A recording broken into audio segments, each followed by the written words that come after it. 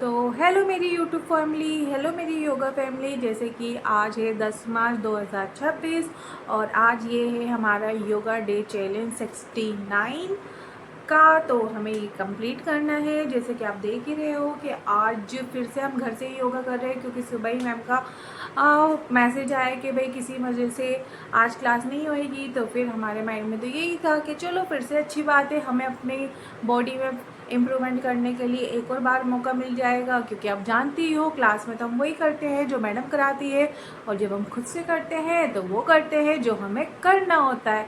तो आज देखते हैं आज हम क्या करते हैं और किस तरह करते हैं, और अपना योगा चैलेंज 69 किस तरह कंप्लीट करते हैं। तो ऐसे ही योगा एंड शाइन चैनल पे बने रहिए और मुझे देखते ही रहिए कि मेरी बॉडी में क्या क्या चेंजेस आते हैं। तो शुरू करते हैं। तो यहाँ पे मेरी महिला मित्रों, हम अपने आप को पहले बेसिक योगा करने से शुरुआत करते हैं। जैसे कि मैंने आपको पहले ही बता रखा है कि कोई भी हम योगा आसन करें या योगा पोज करें या कोई भी प्रैक्टिस करें, उससे पहले हम अपने शरीर को तैयार करते हैं, अपने आप को मानसिक रूप से मजबूत बनाते हैं, ताकि हम कोई भी योगा आसानी से कर पाएँ तथा हमारे शरीर में किसी तरह की कोई परेशानी ना आए। तो यहाँ पे मैंने अपना पूर्ण पदासन में बैठ के अपना योगा शुरू कर दिया है। और आप देख ही सकते हो कि मैं कितने आराम से ये कर पा रही हूँ। ये प्राणायाम है जिसमें हम अपनी सांसों को धीरे धीरे अंदर लेते हैं, फिर धीरे धीरे बाहर छोड़ते हैं। और ये ऐसी चीज़ है जो हमारे स्ट्रेस लेवल को कम करती है। सभी को ये करना चाहिए। फिर इसके बाद हम अनुलोम विलोम करेंगे। ये भी हमारे जो मस्तिष्क है या दिमाग के लीजिए या हमारा माइंड के लीजिए, आपको जो अच्छा लगता है वो आप समझ सकते हैं, उसको रिलैक्स करने के लिए तथा हमारे ऑक्सीजन लेवल को अच्छे से वर्क करने के लिए, हमारे रक्त संचार को अच्छा करने के लिए काफ़ी फ़ायदेमंद है। आप इसे डेली कर सकते हैं। ये ऐसे छोटे छोटे बेसिक योगा आसन हैं जो आप कहीं पे भी घर के किसी भी कोने में बैठ के आराम से कर सकते हैं। मैं तो अपने कोई सी भी, अगर मेरे को योगा या कुछ भी अलग से करना होता है, लेकिन पहले मैं अपने सारे बेसिक योगा आसन करती हूँ ताकि अपने शरीर को तैयार कर सकूँ अच्छे से, ताकि हमें किसी चीज़ का कोई नुकसान ना हो और हम अच्छे से सब कुछ कर पाए। इसके बाद हम करेंगे कपालभाति। कपालभाति तो भाई आप सभी जानते हो, पेट को मजबूत करने, पाचन क्रिया को अच्छा करने के लिए तथा जिनकी भी पेट की समस्या है तथा पेट के फैट को कम करने के लिए काफ़ी अच्छा योगा है सभी को। अगर मेरा यही मानना है, मैंने किसी को एडवाइस भी दी थी कि भाई अगर आपको अपना पेट अंदर करना है, अपने पेट का जो फैट होता है, चर्बी होती है, उसे गलानी है या आपका पाचन तंत्र मजबूत करना है, तो आप इसे कहीं पे भी खाली पेट, या तो आप खाना खाने से 1 घंटे पहले या 1 घंटे के बाद इस योगा को कर सकते हो। वो भी कितने ही टाइम, हमारी क्लास में तो मैम 100 टाइम बैठे बैठे करा देती है और मैं भी यहाँ 100 टाइम पूरी करने की कोशिश कर रही हूँ। तो ये एक अच्छी पेट की योगा आसन है जो हमें फ़ायदेमंद देती है। आप देख ही रहे हो कि मेरा मूवमेंट कितना अच्छा हो रहा है, मैम को ये समझ आए। फिर इसके बाद हम अपनी नेक की मूवमेंट करते हैं। भाई जिसको भी सर्वाइकल की दिक्कत है वो ये ज़रूर करे, लेकिन आराम से, क्योंकि जिसको भी ये सर्वाइकल की दिक्कत होती है उसमें आराम मिलता है।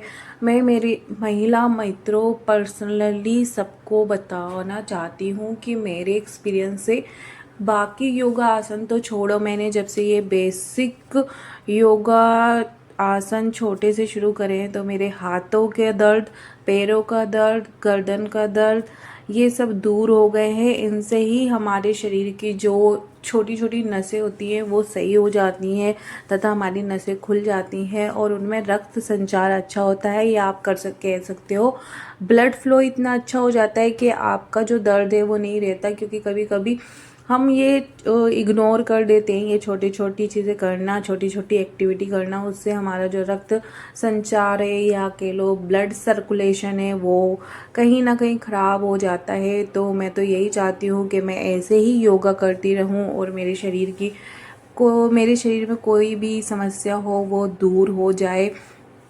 ये सब बहुत फ़ायदेमंद है। इसके बाद हम करेंगे अपने पैरों की मूवमेंट। हमने बहुत अच्छे से करी है ये भी। भाई जब से आप अगर मेरे को अच्छे से देख रहे होगे तो देख ही सकते हो मेरे पैर कितने मज़बूत हो चुके हैं मेरी महिला मित्रों।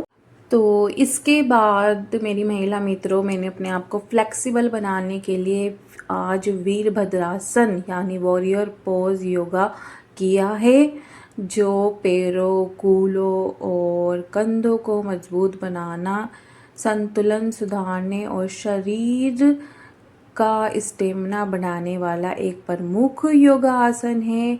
ये आसन शरीर में रक्त संचार बढ़ाता है, एकाग्रता और मानसिक संतुलन को भी बढ़ाता है और पेट के अंगों को सक्रिय करता है तथा पेट की पाचन क्रिया को सुधारता है।